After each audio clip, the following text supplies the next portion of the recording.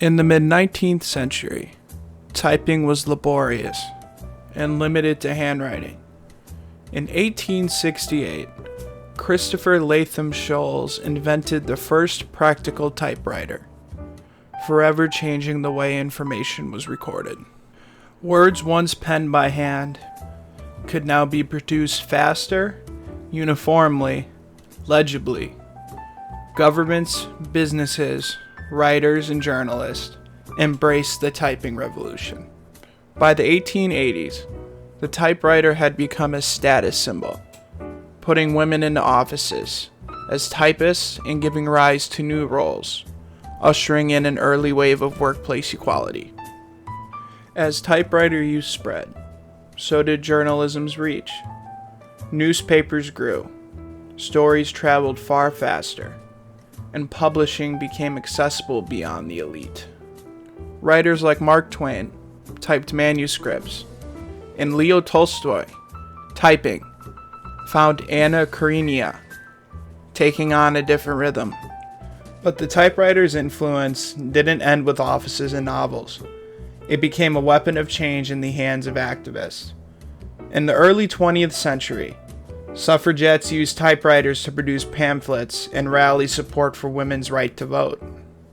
Under authoritarian regimes like the Soviet Union, samizdat, underground literature, was typed by hand and passed secretly from person to person.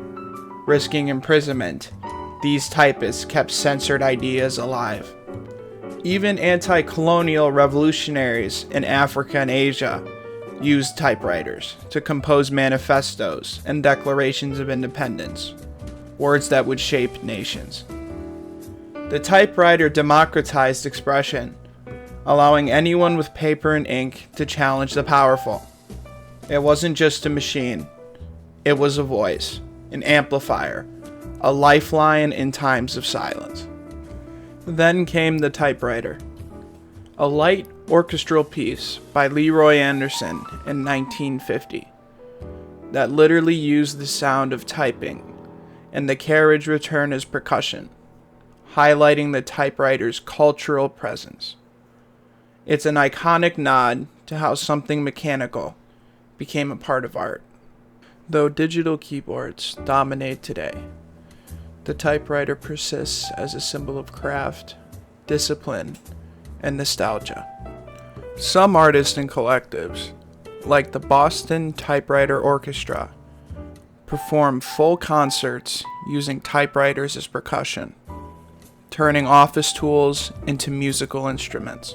And writers still embrace typewriters for their tactical resistance. One click per character, no distractions, pure creation.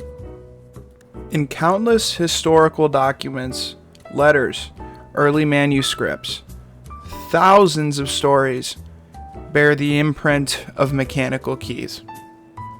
The typewriter, in and of itself, wasn't just a gadget. It was a cultural catalyst. It empowered literacy, amplified voices, and forged modern office life as we all know it today.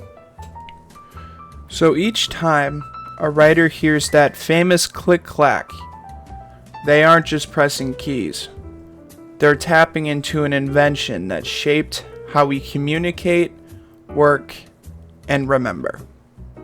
Alright, you guys, thank you so much for watching my video about the typewriter. That click-clack, it is by far one of the most satisfying sounds to hear, and part of me wishes that I owned a typewriter. Perhaps someday I could own one. But anyways, you guys, thank you so much again. Don't forget to like, subscribe, hit that notification bell for all future uploads, and I got a lot more stuff coming for you guys.